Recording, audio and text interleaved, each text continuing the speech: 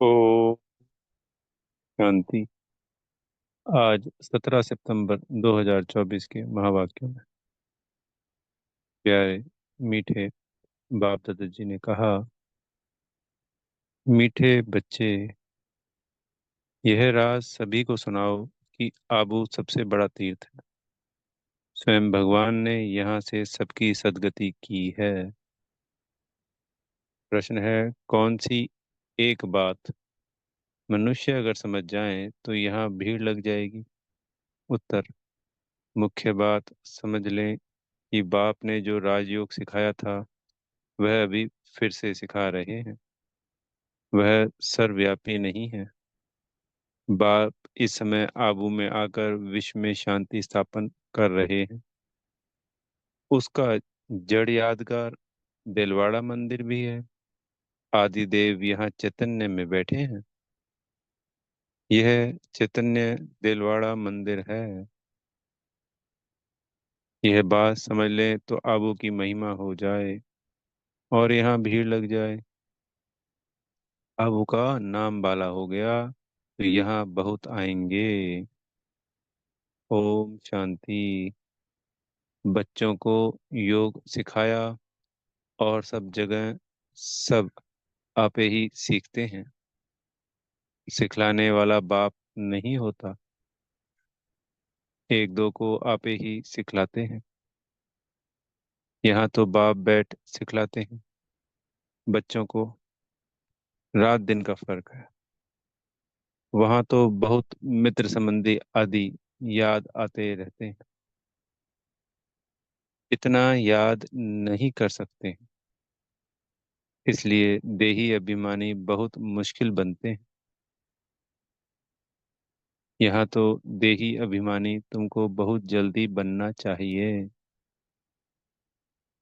परंतु बहुत हैं जिनको कुछ भी पता नहीं है। शिव बाबा हमारी सर्विस कर रहे, हमको कहते हैं अपने को आत्मा समझ बाप को याद करो। जो बाप इसमें विराजमान है, यहाँ विराजमान है, उनको याद करना पड़ता है। बहुत बच्चे हैं जिनको यह निश्चय ही नहीं कि शिव बाबा ब्रह्मा तन द्वारा हमको सिखला रहे हैं। जैसे और लोग कहते हैं हम कैसे निश्चय करें, ऐसे यहाँ भी हैं। अगर पूरा निश्चय होता तो बहुत प्यार से बाप को याद करते करते अपने में बल भरते, बहुत सर्विस करते, क्योंकि सारे विश्व को पावन बनाना है ना। योग में भी कमी है तो ज्ञान में भी कमी है। सुनते तो हैं परंतु धारणा नहीं होती। धारणा अगर हो तो फिर औरों को भी धारणा करवाए, तो जो आत्मा भरपूर हो जाती है तो फिर वो औरों को भी भरपूर करती ही करती है। ये नियम है। बाबा ने समझाया था, वे लोग कॉन्फ्रेंस आदि करते रहते हैं, विश्व में शांति चाहते हैं, परंतु विश्व में शांति कब थी, किस प्रकार हुई थी, वह कुछ भी नहीं जानते। किस प्रकार की शांति थी वही चाहिए ना। यह तो तुम बच्चे ही जानते हो कि विश्व में सुख शांति की स्थापना अब हो रही है। बाप आया हुआ है। कैसे यह दिलवाड़ा मंदिर है, आदि देव भी है और ऊपर में शांति का नजारा भी है। कहाँ भी कॉन्फ्रेंस आदि में तुमको बुलाते हैं तो तुम पूछो, विश्व में शांति किस प्रकार की चाहिए? इन लक्ष्मी नारायण के राज्य में विश्व में शांति थी। ये वह तो देलवाड़ा मंदिर में पूरा यादगार है। विश्व में शांति का सैंपल तो चाहिए ना। लक्ष्मी नारायण के चित्र से भी समझते नहीं है। पत्थर बुद्धि है ना। तो उन्हों को बताना चाहिए कि हम बता सकते हैं विश्व में शांति का सैंपल एक तो यह लक्ष्मी नारायण है, और फिर इन्हों की राजधानी भी देखना चाहते हो तो वह भी दिलवाड़ा मंदिर में चलकर देखो। मॉडल ही दिखाया जाएगा न, वह चलकर आबू में देखो। मंदिर बनाने वाले खुद नहीं जानते, जिन्होंने ही बैठ यह यादगार बनाया है। यानी जिन्होंने जिस उद्देश्य से मंदिर बनाया था वो तो उनको अपना कोई उद्देश्य रहा था, पर वो खुद भी नहीं जानते थे कि कितना एक्यूरेट जो इस वक्त चल रहा है पुरुषोत्तम संगम युग पे, इसका यादगार है ये तो। जिसका दिलवाड़ा मंदिर नाम रख दिया, आदि देव को भी बिठाया, ऊपर में स्वर्ग भी दिखाया है। जैसे वह जड़ है वैसे तुम हो चैतन्य। इनको चैतन्य दिलवाड़ा नाम रख सकते हैं, परंतु पता नहीं कितनी भीड़ हो जाए, मनुष्य ही मूंझ जाए, यह फिर क्या है। समझाने में बड़ी मेहनत लगती है, बहुत बच्चे भी नहीं समझते। भल दर पर पास में बैठे, समझते कुछ भी नहीं। प्रदर्शनी में अनेक प्रकार के मनुष्य जाते हैं, ढेर मत पंथ हैं, वैष्णव धर्म वाले भी हैं। वैष्णव धर्म का अर्थ ही नहीं समझते हैं। श्री कृष्ण की बादशाही कहाँ है, जानते ही नहीं। श्री कृष्ण की राजाई को भी स्वर्ग बैंकुट कहा जाता है। बाबा ने कहा था, जहाँ बुलावा हो वहां जाकर तुम समझाओ, विश्व में शांति कब थी। यह आबू सबसे ऊंच से ऊंच तीर्थ है, क्योंकि यहाँ बाप विश्व की सद्गति कर रहे। आबू पहाड़ी पर उनका सैंपल देखना हो तो चलकर दिलवाड़ा मंदिर देखो। विश्व में शांति कैसे स्थापन की थी, उनका सैंपल है। सुनकर बहुत खुश होंगे, जैनी लोग भी खुश होंगे। तुम कहेंगे यह प्रजापिता ब्रह्मा हमारा बाप है, अतिदेव। तुम समझाते हो फिर भी समझते नहीं है। कहते हैं ब्रह्मा कुमारियां पता नहीं क्या कहती हैं। तो अब तुम बच्चों को आबू की बहुत ऊंची महिमा करके समझाना चाहिए। आबू है बड़े से बड़ा तीर्थ, बॉम्बे में भी समझा सकते हो। आबू पहाड़ बड़े से बड़ा तीर्थ है, क्योंकि परमपिता परमात्मा ने आबू में आकर स्वर्ग की स्थापना की है।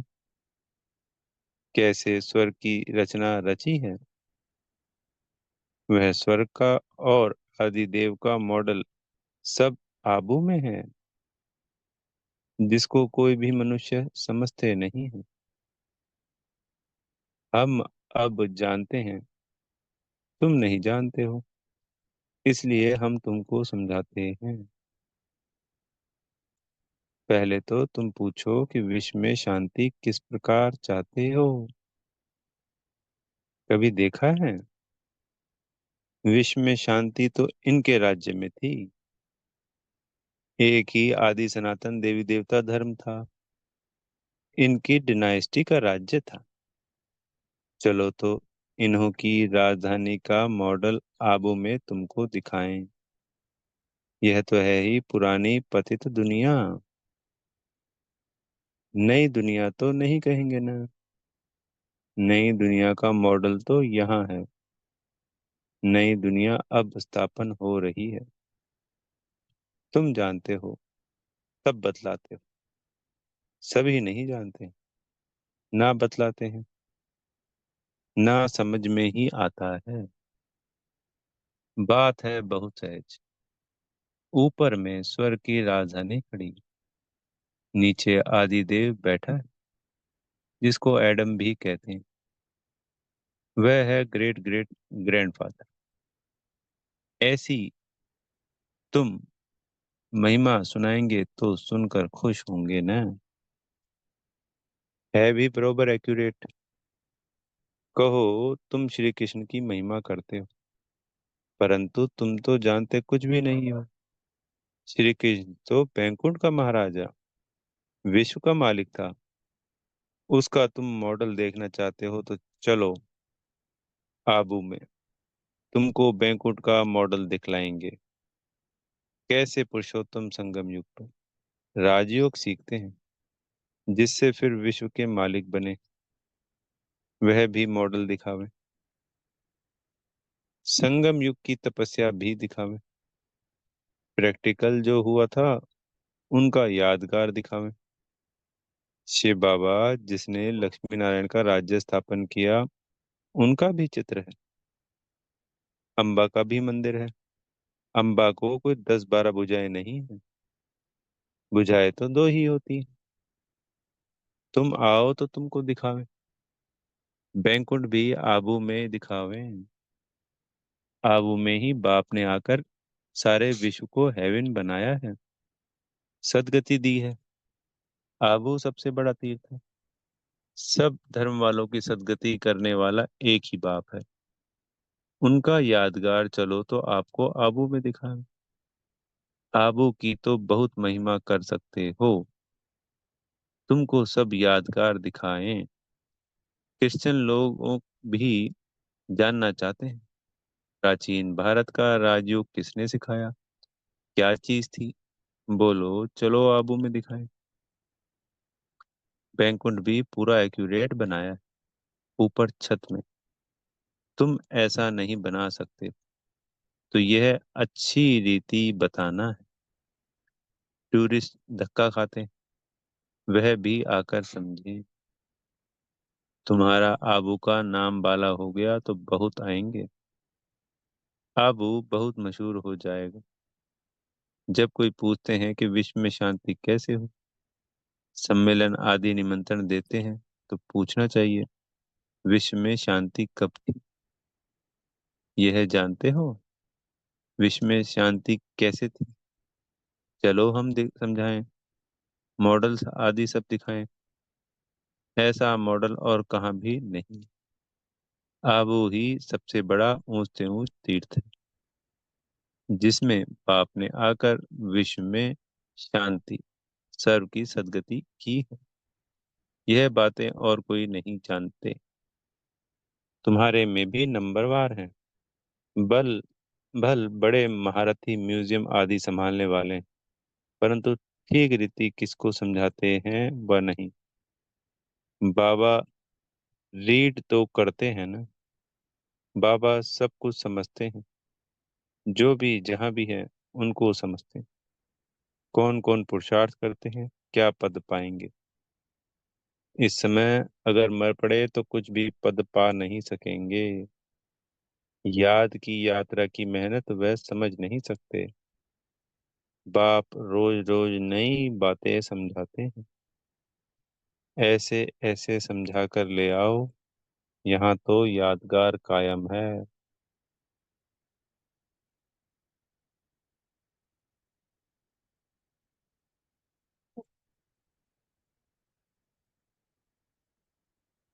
बाप कहते हैं मैं भी यहाँ हूँ, आदिदेव भी यहाँ है, बैकुंठ भी यहाँ है।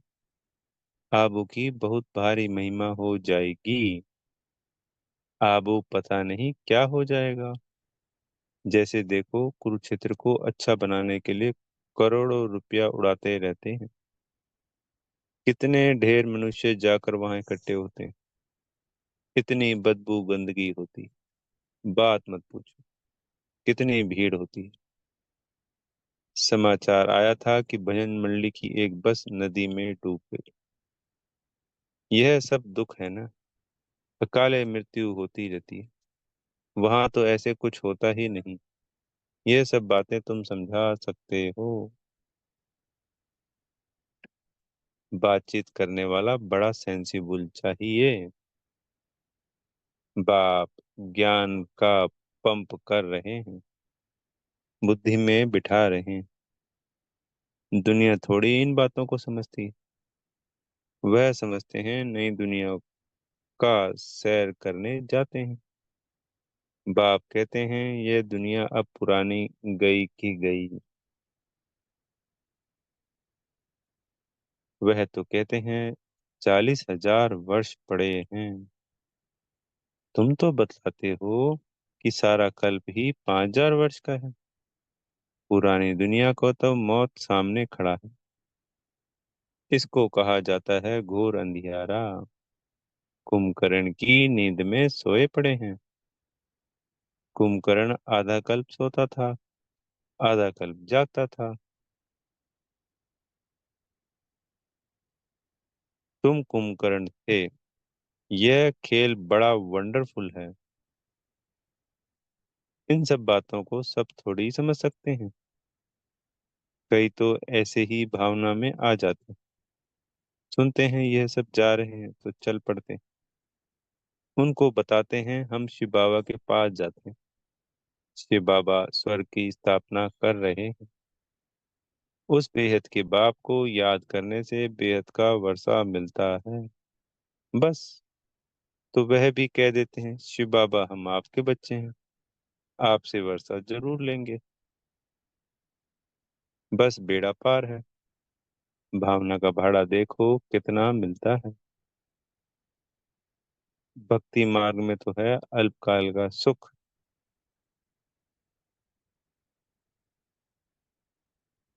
यहाँ तुम बच्चे जानते हो बेहद के बाप से बेहद का वर्षा मिलता है। वह तो है भावना का अल्पकाल के सुख का भाड़ा। यहाँ तुमको मिला है 21 जन्मों के लिए भावना का भाड़ा।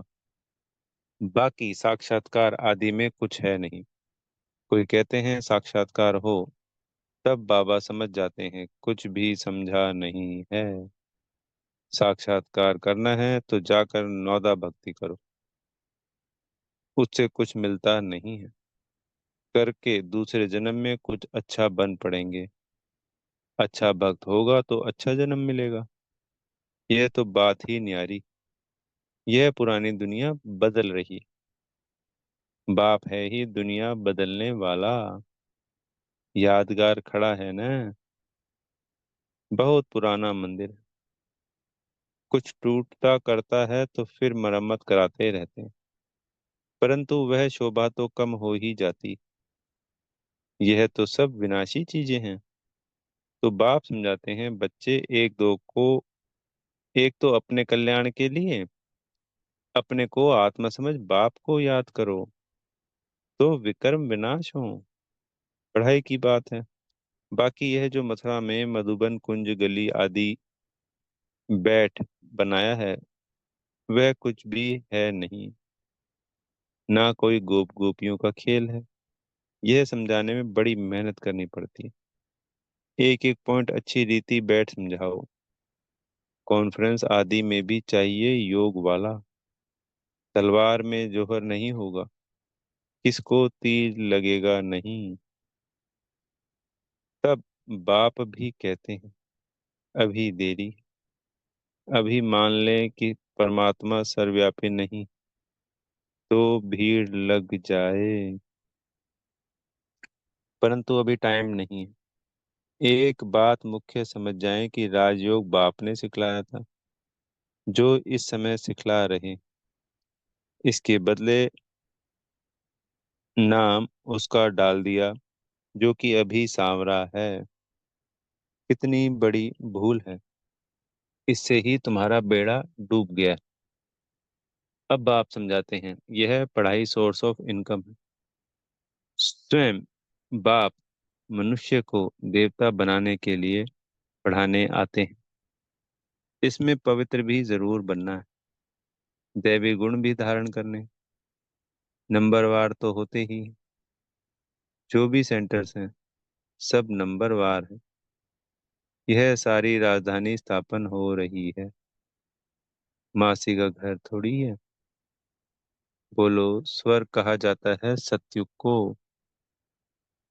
परंतु वहां का राज्य कैसे चलता है देवताओं का झुंड देखना हो तो चलो आबू। और कोई ऐसी जगह है नहीं जहां ऐसे छत में रजाई दिखाई हो। भल अजमेर में स्वर्ग का मॉडल है, परंतु वह और बात है। यहाँ तो आदि देव भी है ना। सत्युग किसने और कैसे स्थापन किया, यह तो एक्यूरेट यादगार है। अभी हम चैतन्य दिलवाड़ा नाम नहीं लिख सकते हैं। जब मनुष्य खुद समझ जाएंगे तो आप ही कहेंगे कि तुम लिखो। अभी नहीं। अभी तो देखो थोड़ी बात में ही क्या कर देते हैं। क्रोधी बहुत होते हैं। देह अभिमान है ना। देह अभिमानी तो कोई हो ना सके सिवाय तुम बच्चों के। पुरुषार्थ करना है, ऐसे नहीं कि जो नसीब में होगा। पुरुषार्थी ऐसे नहीं कहेंगे, वह तो पुरुषार्थ करते रहेंगे। फिर जब फेल होते हैं तब कहते हैं तकदीर में जो था। अच्छा। मीठे मीठे सिकीले दे बच्चों प्रति माता पिता बाप दादा का याद प्यार और गुड मॉर्निंग। रूहानी बाप की रूहानी बच्चों को नमस्ते। हम रूहानी बच्चों की प्यारे मीठे रूहानी बाप दादा जी को याद प्यार गुड मॉर्निंग और नमस्ते। मुख्य सार में पहला पॉइंट, देही अभिमानी बनने का पूरा पूरा पुरुषार्थ करना है। ऐसे कभी नहीं सोचना है कि जो नसीब में होगा। सेंसिबल बनना है। दूसरा पॉइंट, ज्ञान सुनकर उसे स्वरूप में लाना है। याद का जौहर धारण कर फिर सेवा करनी है। सबको आबू महान तीर्थ की महिमा सुनानी है। सदगुरु जी से वरदान मिल रहा है। एक बाबा शब्द की स्मृति से याद और सेवा में रहने वाले सच्चे योगी सच्चे सेवाधारी भव।